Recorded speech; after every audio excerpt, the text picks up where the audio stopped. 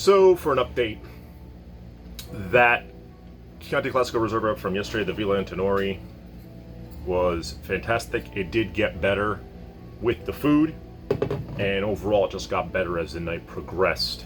Night two with it, I even had a glass, or I think an extra glass. I only have about a quarter of the bottle left tonight. I checked it into Vivino, and ironically, I had already checked this wine in as a 3.5, though last night I gave it a 4.5. It was a different vintage. I'm not 100% sure if it was the Riserva or not, but possibly. But either way, yesterday it was a beautiful wine. Let's see how it is today.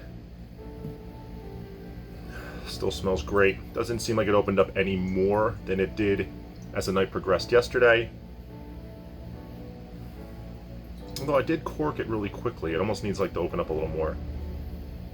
I'll let it breathe just a little longer. But after what all that Sangiovese talk yesterday and the 2016 Brunello talk I've been talking about, I thought I had more in my cellar. I must have some on reserve. But anyway, I'm going to open up, or I opened up, a Lagode 2016 Brunello Montalcino, best vintage out of Tuscany for Brunello in the last 30 years.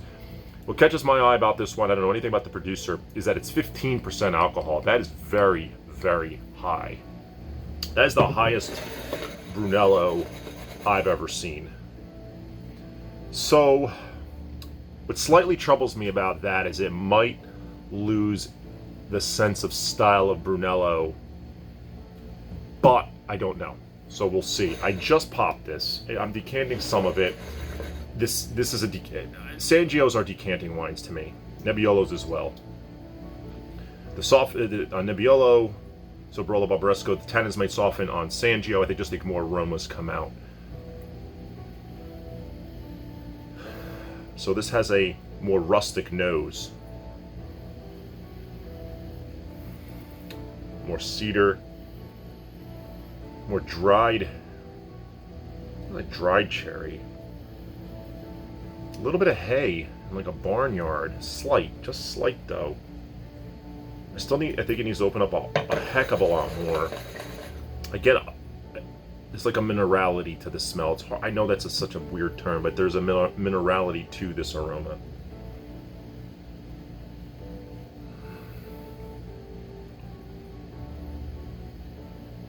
There's cedar in there, there's leather.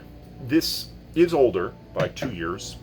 And this goes through a little bit more barrel aging, at least I'm pretty sure. So this looks a little bit more aged, a little more browning on the edge, where this is definitely more, this is much darker. Much, much darker.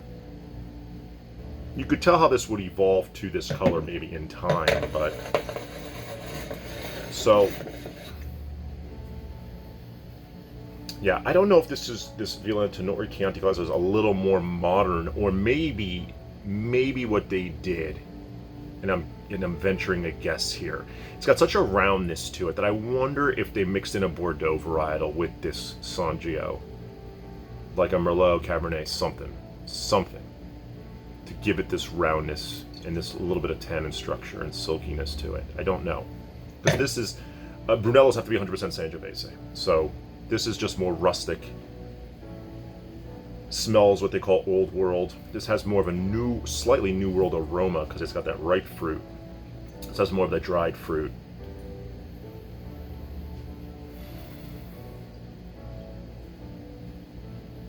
It's got burnt orange peel. I know that sounds crazy, but just a little. It's a great aroma. There's dried herbs in there too. I can't pick which one out. Yeah, maybe more sage-like. Not super pronounced yet. And this has got more ripe dark cherry. There's tobacco, there's cedar, less so than in the Brunello. So this is a great contrast. Sangiovese heavy wine, I doubt this is 100%. That's absolutely 100%. So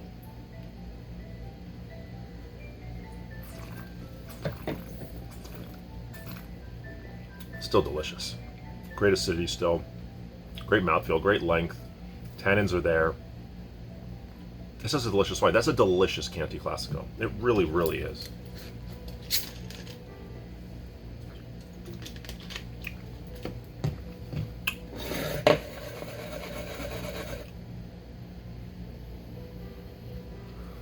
So another aroma in here. that I do get. And I know it's that minerally thing, but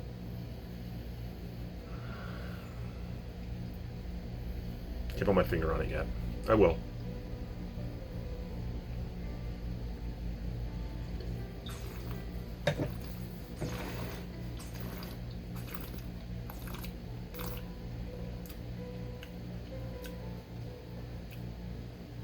That's awesome.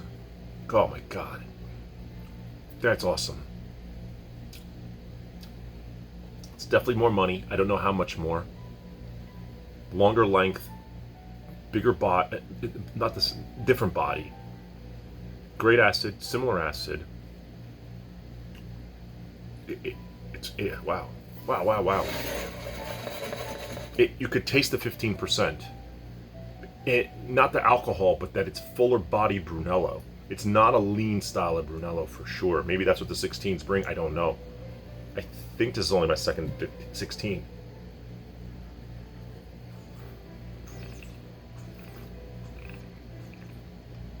Yeah, this is a bolder style of Brunello than I'm used to.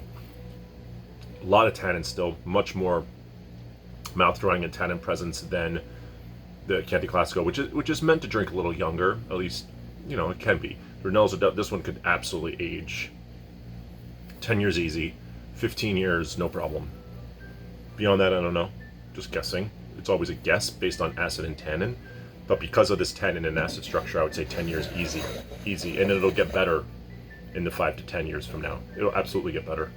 It's amazing. It's amazing. That's a 5 out of 5. So it's 4.5 out of 5, 5 out of 5. I do like this better. A little bit more true to its identity, where this Chianti Classico Riserva is a delicious wine, very enjoyable. I'll absolutely buy it again. But for specific things, and I know it's got more of a voluptuous, riper flavor.